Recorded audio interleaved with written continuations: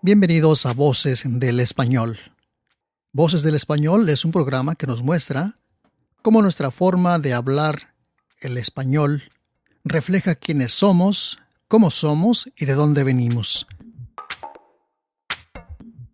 Voces del Español es un programa dirigido por la doctora en lingüística Erika Erdeli, quien además es secretaria académica de UNAM Chicago.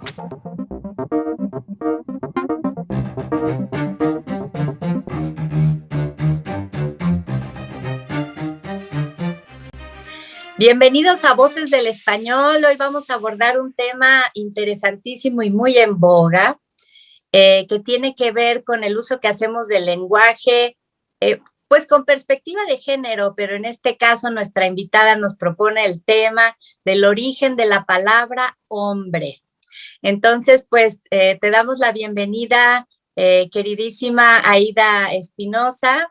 Ella es maestra en lingüística aplicada por la UNAM, profesora de español como lenguas extranjeras, como lengua extranjera, con gran experiencia enseñando tanto en México como en los Estados Unidos. Y pues te agradecemos mucho, Aida, que hayas aceptado la invitación a participar en este programa.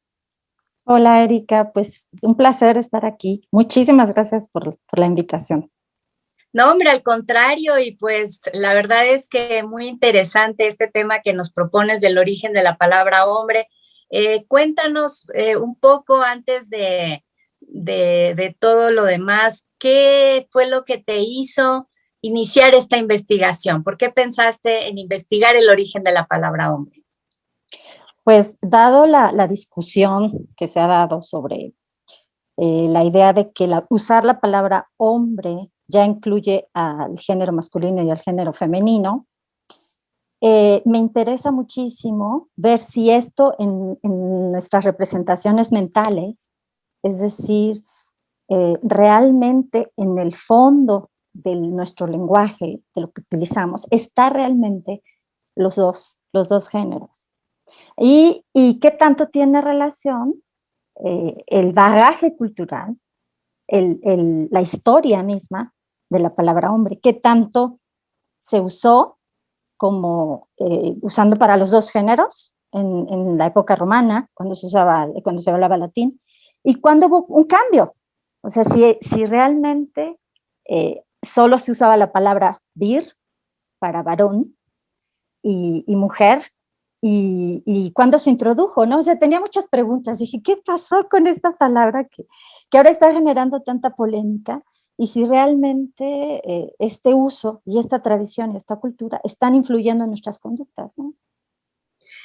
Sí, me gustaría recordarle al público que en algún programa pasado de Voces del Español, cuando estábamos hablando del tema del masculino genérico y qué pasa con el femenino, la investigadora en ese momento, la doctora Carmen Curco, comentaba para explicar qué es esto de utilizar un masculino genérico o un elemento como abarcador de su contrario, por decirlo de alguna manera, ponía el ejemplo del día y la noche, ¿no? Entonces decía, bueno, la palabra día y la palabra noche, pues tienen referentes que se oponen, ¿no? El día se opone a la noche, hay claridad o hay oscuridad, pero también podemos decir cosas como que el día dura 24 horas. Y entonces, al decir eso, la palabra día está abarcando a la noche también, ¿no? Entonces, esa era una forma más o menos de entender cómo el sistema de la lengua funciona, ¿no? O sea, que podemos utilizar una palabra para abarcar una realidad completa. Y en el caso de hombre y mujer, pues parece que así ha sido, ¿no? Que decimos, el hombre es un ser pensante, por ejemplo, y no nos estamos refiriendo nada más a los hombres, sino a hombres y mujeres. Pero en estos tiempos que corren y en particular en México, en nuestro contexto mexicano, creo que está habiendo mucha polémica en torno a este uso, ¿no? Sí, y además a mí me interesaba, claro, es el término no marcado, ¿no? Esa es la representación más fuerte, la del hombre, para utilizarla como género humano. sí, es verdad, y desde la antigüedad. La pregunta es, ¿qué tanto realmente vale la pena hacer el esfuerzo por utilizar eh, no solo la palabra todos y las palabras todos y todas, o el ser humano, o humanidad, en lugar de solo la palabra hombre para designar a la diversidad de género que existe, ¿no? Entonces, descubrí varias cosas interesantes que me gustaría compartir contigo, ¿sí? Bueno, en primer lugar, sí, la palabra hombre obviamente sí designa el género humano desde la antigüedad y así ha ido pasando. Y también se usó como, fíjate, como pronombre y también se usó como sinónimo de soldado y designaba a lo virtuoso. De ahí también virtud.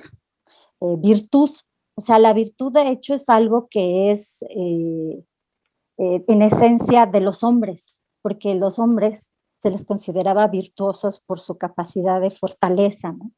Y de poder, además su habilidad de razonar, pues estaba muy relacionada con lo masculino. Vir es la palabra latina para designar al hombre genérico, abarcando... Haz de cuenta que existía, bueno, existe todavía hombre para designar a los dos como ser humano, pero también se usaba mucho vir, que significa varón. Uh-huh. Okay. Y bueno, mujer, ¿no? O también fémina, pero más fémina, sí se usaba también mucho, pero fémina quiere decir la que amamanta. ¿Sí? Entonces estaba muy enfocado en lo biológico, de ahí que también servía para el sexo de los animales, ¿no? Para designar la sexualidad en los animales. Entonces, bueno, te cuento entonces, bueno, hice de dónde viene, por ejemplo, la evolución lingüística. Entonces, homo, hominis, que viene, tomamos del acusativo hominem, que se transformó en homine, es decir, desapareció la M final, después la vocal postónica y desapareció, quedó omne, y después de omne, por la pronunciación, si tú escuchas omne, omne, omne, la N la cambiamos a R, es decir, se desimiló, y después se introdujo, se introdujo una B, eufónica la llamamos, porque finalmente si tú lo dices, ya casi se siente que está ahí la B, hombre, hombre, hombre, ¿no? Hombre, terminó la palabra. Y los romanos, bueno, los hablantes de latín, pensaban que el hombre provenía del suelo, es decir, de la tierra, en contraposición con los dioses que provenían del cielo. Entonces, de ahí que homo y humus sean de la misma raíz, ¿sí? Entonces, hombre en realidad significa los que provienen de la tierra, ¿sí? Y después, bueno, descubrí que sí, se utilizaba para hablar de los soldados, para hablar también de las personas, y en general y específicamente del varón. ¿Sí? Hay muchos textos, bueno, ahí podemos buscar en varios diccionarios de latín, que recomiendo uno muchísimo, que se llama Logellón, precisamente de la Universidad de Chicago, y tiene todo un corpus súper interesante de cómo se utilizaba, y además ustedes pueden encontrar ahí citas de obras de autores latinos. Entonces, ahí se ve claramente cómo había el uso, o existía el uso, para diferenciarlo de la mujer, y específicamente cuando se mencionaba, por ejemplo, se alababa a un hombre, se decía por ejemplo, déjame encontrar un ejemplo, Iki homo, por ejemplo, ¿sí? Quod homines, ¿sí? O, por ejemplo, homo ego sum, homo tú es, en el sentido de soy una persona, soy un hombre, un ser humano, tú también lo eres. Homo nulli coloris, es decir, ninguna persona blanca. Y podemos encontrar muchos ejemplos en este sitio que te digo, y muestran, evidencian que ya se utilizaba la palabra hombre no solo para designar ambos sexos, sino había una clara inclinación para utilizarla como sinónimo de varón. ¿Sí? O sea, finalmente, cuando se usaba esta palabra, quedaba un poco abierto al intérprete que decidiera si se refería solo a los hombres o si abarcaba a las mujeres, pero pues en general, si por ejemplo, pues la mayoría o todos los soldados eran hombres, pues entonces ya, como dices, la representación mental inmediata, pues es el género masculino, el sexo masculino. Exactamente. Y bueno, después me busqué un poco en textos del siglo XI, es decir, en las glosas, ¿sí? de Millán y de Silos, es decir, las glosas emilianenses, y encontré que, bueno, glosa significa explicación, pero ahí ya también está claro el uso como hombre, específicamente varón, ¿no? Nada más que como en las glosas emilianenses no es propiamente el español, sino es como está evolucionando el latín. Entonces, la palabra ahí sí evolucionó con un diptongo, como en fonte, que evolucionó a fuente, es diptongo la vocal acentuada. En las glosas podemos encontrar, por ejemplo, qualvis uemme, que quiere decir cualquier hombre. Y bueno, y se pueden encontrar, puede ser cualquier ser humano, pero cualquier hombre se está refiriendo específicamente en el contexto en el que lo encontré, a los hombres varones, ¿sí? Y bueno, voy a yo creo que escribir algo, porque realmente es muy interesante y mostrar la evidencia, ¿no? De cada uno de los ejemplos que fui encontrando. Después me fui al siglo XII, bueno, esto de las glosas emilianenses desde el siglo XI. Después fui al siglo XII con algunos fragmentos del Cantar de Miosit. Y también, bueno, ahí en la Edad Media la palabra hombre se usaba sin H o con H. Entonces, porque claro, no había la aspiración, ¿no? Homne, es decir, se pronunciaba como ahora se pronuncia, omne. Entonces, a veces se escribía con H y a veces sin H. Es la misma situación, ¿sí? Se usa varón, se usa mujer, pero también se usa hombre ya, ¿sí? Omne, como sinónimo de señor, como sinónimo de varón, ¿sí?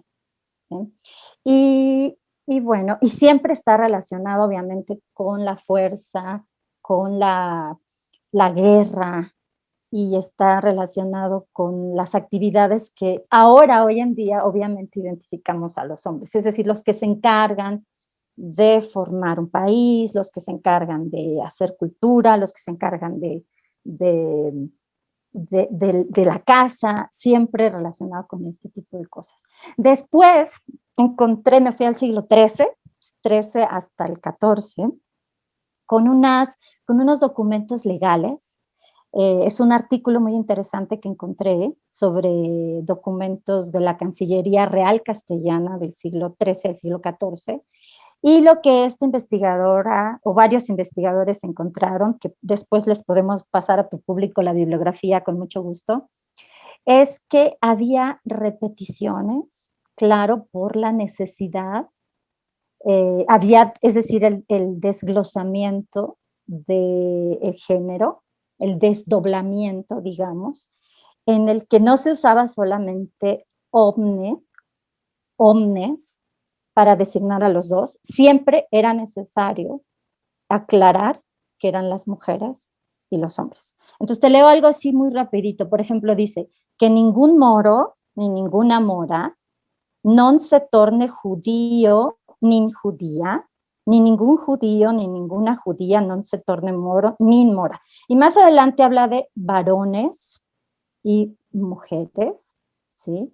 Y de omnes, y de otra vez omnes infanzones y mujeres féminas, ¿no? Entonces, dice aquí, así ricos omnes e infanzones e caballeros, escuderos, como todos los otros hombres y mujeres de cualquier estado o condición. Es decir, lo que descubro es que había una necesidad de este desdoblamiento de género, porque tenían que ser muy precisos, sobre todo en las partes o en las cuestiones legales, ¿no? Entonces no querían que hubiera ninguna equivocación, tenían que especificar.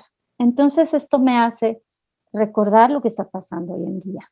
Hay una necesidad de hacer este desdoblamiento para que se haga visible una parte de la sociedad, nosotras las mujeres que hemos estado como invisibles, y por otro lado también de aclarar que sí hemos ocupado un lugar importante en la sociedad. Entonces, digamos que este desdoblamiento que se ve aquí desde el siglo XIII, desde el siglo XIV, surge de una idea de hacer más clara el discurso. Y yo creo que mucha gente se ha preguntado, bueno, ¿y si va a tener una secuencia esto de todes, por ejemplo, o todas y todas, niños y niñas y todo esto?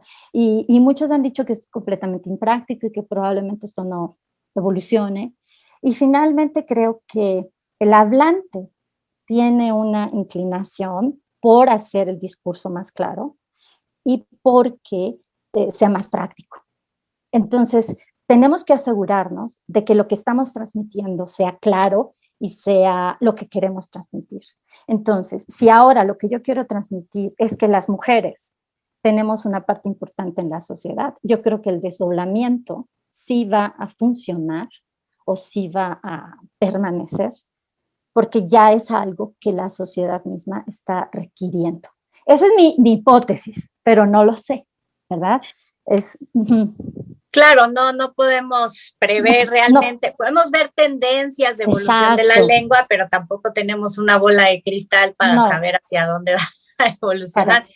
Sin embargo, qué interesante esto que señalas, que ya en el siglo XIII y en marcos legales se genera esta necesidad, parece que, bueno, es la primera evidencia que tú encontraste de la necesidad del desdoblamiento, ¿no? Decir, no, ni hombres ni mujeres, para que no se vaya a interpretar de ninguna manera. Y es comprensible porque en el ámbito legal siempre se requiere este tipo de precisión, ¿no? Entonces sí es muy interesante. Pues muchas gracias, Aida, por este primer acercamiento que nos has hecho a tu investigación sobre la palabra hombre. Te propongo que hagamos una brevísima pausa para que al regresar, pues, polemicemos un poquito sobre la importancia de estos hallazgos tuyos en tu rastreo del origen de la palabra hombre.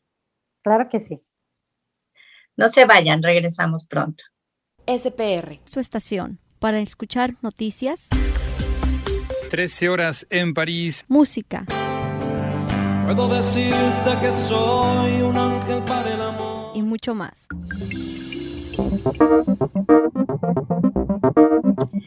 Gracias por quedarse con nosotros. Estamos hablando sobre la palabra hombre, su origen y sus representaciones mentales, que esto también es muy importante.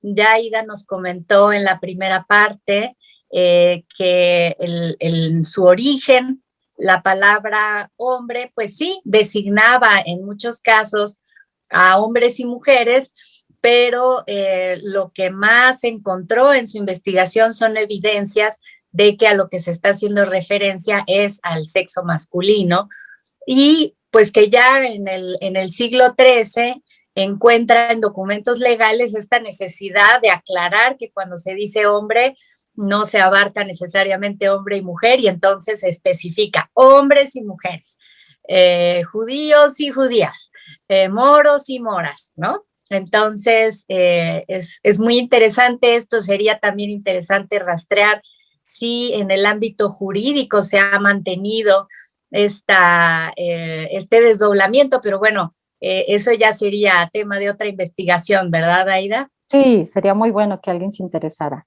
de los radioescuchas. Si hay algún estudiante de Derecho que está buscando tema de tesis, sería buenísimo.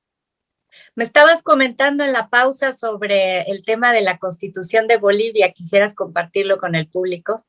Sí, que se habló, bueno, algunos académicos mencionaron esto, que la Constitución de Bolivia cambió la forma de escribirla y utilizó este desdoblamiento de género y prácticamente se convirtió en un documento al doble o al triple de grosor de lo que estaba antes.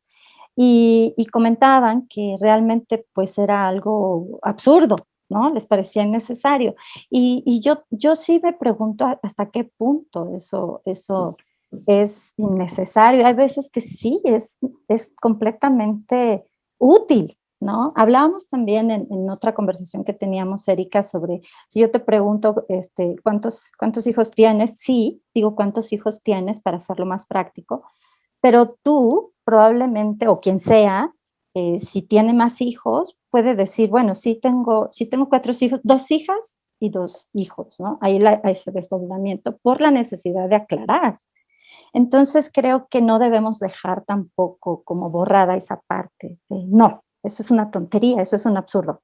No, a veces es importante hacerlo, obviamente, ¿no? Entonces, y dada la situación en la que estamos, en donde las mujeres no han sido visibilizadas y hay esta necesidad de la sociedad, bueno, pues ¿por qué no decir en los saludos a lo mejor todas y todos, bienvenidos todos y todas, una vez, tal vez, ¿no? En el inicio, y no ser repetitivo, es decir, tener la intención de alguna manera, de corresponder a esta necesidad de una sociedad que ya lo está pidiendo. Ahora con las nuevas corrientes de investigaciones lingüísticas en las que se han incorporado mucho los estudios de la cognición humana, o sea, realmente cómo nos representamos mentalmente las cosas que verbalizamos, pues pienso que se hace muy interesante este interés que tú tienes de ver realmente qué está en la mente de las personas, porque es fácil decir en teoría, bueno, si yo digo hombres, se abarca hombres y mujeres, pero ¿qué está ocurriendo realmente en la cabeza de los hablantes y de los oyentes, ¿no? ¿Qué se está interpretando allí?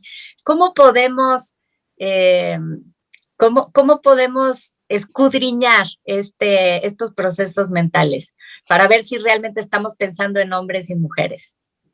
Sí, mira, llegó a mí un acertijo, era algo muy, pues, casual, pero me hizo pensar mucho y responde un poco a tu pregunta.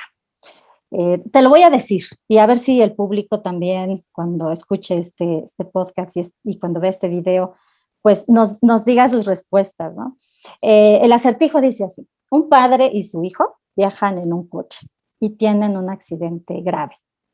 El padre muere y al hijo entonces lo llevan al hospital porque necesita una operación de emergencia. Y llaman a una eminencia médica. Pero cuando entra al quirófano, esta dice, no puedo operarlo, es mi hijo.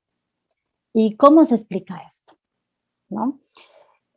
No sé si cuando yo también ya te había comentado de este acertijo, ¿tú qué pensaste, Erika? ¿A ti qué pasó por tu mente?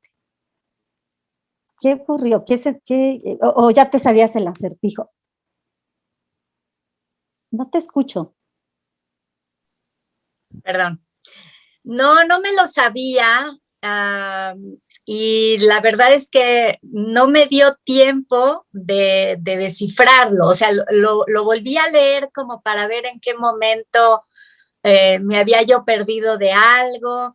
Entonces decía yo, bueno, es que a lo mejor el padre que se dice al inicio que iba en el coche no es el mismo que el que está diciendo que ese es su hijo. Por allí iba, pero no alcancé a resolverlo y bueno, las otras personas que estaban ahí cuando lo compartiste, pues lo resolvieron antes que yo y ya no me dio tiempo, pero sin duda lo vi como, pues sí, como un acertijo. O sea, Sí, hay una, sí, no claro. parecía fácil la respuesta. Sí, y finalmente cuando piensas en una eminencia médica, esta representación de que es un premio Nobel o de que es un gran especialista, ¿sí? Está muy inclinado hacia los varones, hacia los hombres, ¿no? Es decir, la eminencia, uno diría aquí, bueno, en el acertijo, el acertijo dice, ¿cómo se explica que una eminencia entra y dice, es mi hijo, no puedo operarlo? Y uno no se cuestiona que a lo mejor la madre fue la que lo iba a operar, ¿no? Entonces, esto yo lo he hecho con varias personas, con mi familia, con amigos, y nadie me ha dicho que es la madre la eminencia, nadie, ¿sí? Y puede ser que está sesgado el acertijo, podríamos analizarlo y pensar que está sesgado, pero es que así está sesgada nuestra visión, porque evidentemente, si bien ya lo han señalado, la gramática de una lengua no es sexista o no nos hace sexistas, ¿sí? Sí hay una inclinación, hay un sistema que nos hace pensar o facilita ciertas ideas y nos inclina hacia una cierta visión del mundo. Entonces yo te mencionaba la teoría de Worf y Sapir-Whorf, que menciona que la manera en que los individuos denominan o describen situaciones influye en la manera en que se comportan ante esas situaciones. Es decir, hay aspectos de la lengua que se repiten, que son sistemáticos, y según esta teoría de Sapir-Whorf, se crean como especie de surcos que van moldeando una forma, que nos orientan a pensar de una u otra forma. Es decir, por ejemplo, se preguntaba, ¿el español o el inglés, o hay ciertas lenguas que están más inclinadas al pensamiento filosófico? Y la respuesta es sí. Por ejemplo, las lenguas que provienen del latín tienden a categorizar y podemos categorizar adjetivos y sustantivos, y podemos pensar justo como adjetivo e inmediatamente trasladarnos al sustantivo, ¿sí? Justicia. Y esto nos permite tener categorizaciones que facilitan, hacen más sencillo el pensamiento filosófico.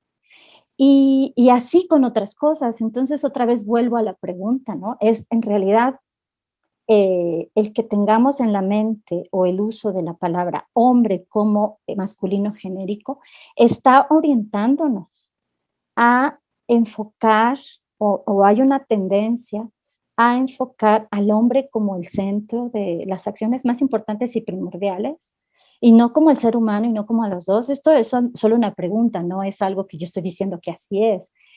Sí, pero es muy interesante, digo, retomando el acertijo que mostraste, efectivamente, pues es fácil para la gente que se acerca por primera vez a este tema decir, es una exageración. O sea, esto de estar especificando hombres y mujeres, hijos, hijas, niños, niñas, es una exageración y es una pérdida de tiempo y es un artilugio feminista y bla, bla, bla, ¿no? O sea, es fácil decir eso si no lo vemos a profundidad, pero ya digamos, con una instancia tan concreta como la que acabas de decir, ¿no? Que presentas un acertijo, si finalmente fuera tan inmediato como dices, esa representación mental de que un médico, una eminencia médica, puede ser hombre o puede ser mujer, pues nadie encontraría que hay un acertijo allí, ¿no? Dirían, ay, pues, ¿dónde es como, pues no hay ningún chiste, ahí no hay ningún acertijo, no hay adivinanza, pues es obvio, ¿no? que diría eso. Sin embargo, pues ya nos mostraste que no lo es, y me haces recordar que hace 1 o 2 días estaba yo en una conversación con alguien que me preguntaba cómo iba el tema de las vacunas en México, ahora con el desarrollo de la pandemia. Y entonces estábamos hablando cuáles eran los grupos que se habían vacunado primero, ¿no? Entonces yo dije, bueno, lógicamente doctores y enfermeras y pues los maestros y bla, bla, bla. Pero dije doctores, que se supone que abarca hombres y mujeres, y dije enfermeras, que se supone que no abarca hombres y mujeres. Entonces, ¿qué es lo que está realmente en mi mente? ¿Qué es lo que estaba en mi mente? Que los doctores pues en general hombres y las enfermeras en general mujeres, y no como términos neutros para abarcar a toda una población. Entonces me di cuenta de que es innegable que tenemos eso en la cabeza, y con el tema de doctores, digo, a nadie nos sorprende que haya doctoras mujeres o que una mujer quiera estudiar medicina a estas alturas de la historia. Sin embargo, parece que persiste esta representación mental de que si es enfermera es mujer y si es doctor es hombre, ¿no? Y entonces cabe la pregunta, ¿vale la pena o es ingenuo querer cambiar esta forma en la que nos referimos a nosotros mismos, a nosotras mismas? ¿Sí? Es decir, ¿vale o no la pena? Yo creo que, digo, ya esto independientemente de que sea una visión ya personal o un grupo de feministas o un grupo o la sociedad entera, yo creo que vale la pena explorarlo también desde un punto de vista científico, como lo que te estoy planteando. Te voy a dar 2 ejemplos más. Hay 2 seguidores también de la teoría de World-Sapir que también ha tenido sus críticas, y hay en especial un académico, Dan Slobin, que él hizo un experimento. Él era famoso porque hacía experimentos con niños y ponía a contar una historia, la historia de la rana que no tenía imágenes, ¿no? Pero lo que hizo fue poner otra vez una historia sin lengua, es decir, sin palabras, y hizo contar la misma historia a un turco, a un hispanohablante y a un hablante de inglés. Y lo que sucedió es que el hispano o los hablantes de español se enfocaron en el tiempo, ¿sí? En cómo ocurría en un transcurso de tiempo. Los hablantes de inglés se enfocaron en la dirección que tomaba, en el espacio, pues, en la dirección espacial de la historia. Y los hablantes de turco en los personajes que contemplaban esa historia, ¿sí? Entonces, y analizando un poco más, él decía, es que esto muestra evidentemente categorías mentales que son adquiridas a través del lenguaje. Y esto va sesgando nuestra visión de la realidad. Otro ejemplo más, en chino, al parecer, esto lo vi en un documental que recomiendo mucho que se llama Lenguaje y Cultura, lo pueden encontrar en Canopy o en otras aplicaciones, Lenguaje y Cultura, y después podemos dar las referencias más exactas, pero se hizo también el estudio de qué tanto, a partir de la separación cultural que hubo entre China, la República China, Taiwán, Hong Kong, tanto en educación como en lengua, qué tanto eso influía en sus formas de actuar y de ser. Y al parecer, desde 1949, cuando hubo una separación, y cambió también la forma de pensar y la forma de la lengua, notaron que efectivamente había 2 visiones ya distintas de la realidad. Y lo ponían en el ejemplo de la palabra amor. El lingüista que estaba hablando esto y que exponía esto decía, la palabra amor, pues la palabra china, digamos el ideograma, ¿sí? Tiene en el centro un corazón, ¿sí? Si quieres te lo muestro rapidísimo, nada más la imagen, aunque sabemos que tenemos al público de podcast, pero rapidísimo te muestro esta imagen que es muy interesante porque si notas, aquí está el corazón en el chino tradicional, y en el chino simplificado, que es lo que ya está usando la República China, ya se eliminó. Y la pregunta es, ¿hasta qué punto esto ha transformado la visión de las cosas? Y al parecer lo que han notado es que sí ha habido cambios esenciales en cuanto a la visión del amor, de la vida, en fin, entre, por ejemplo, taiwaneses y de los de la República China. ¿Sí? Esto se está explorando, entonces creo que vale la pena explorarlo un poco más y realmente entender que el punto de vista que tenemos acerca de las cosas sí está influido por nuestra lengua. Pues muchísimas gracias, Aida, por esta charla. Realmente espero que a nuestro público le aporte en cuanto a conocer cómo la lingüística es una ciencia que nos puede arrojar luz, arrojar información sobre cómo están asociados nuestra mente y nuestra forma de hablar y cómo afectan a nuestra forma de relacionarnos socialmente, ¿no? No es algo que sea nada más sujeto a opiniones o a interpretaciones o a que alguien diga si vale la pena o no vale la pena o si tiene importancia o no la tiene.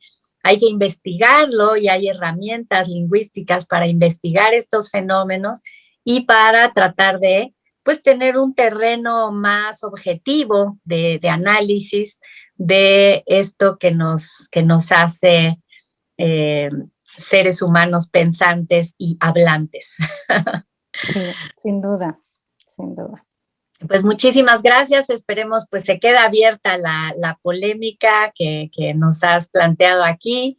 Creo que es un tema del que vamos a tener que seguir hablando muchísimo y pues todas estas investigaciones como la que tú has hecho creo que aportan mucho. Muchísimas gracias, Aida, por esta entrevista. Muchas gracias por tu tiempo también y por el espacio. Gracias. Y a todos ustedes, pues nos vemos en la próxima emisión de Voces del Español. Gracias por acompañarnos.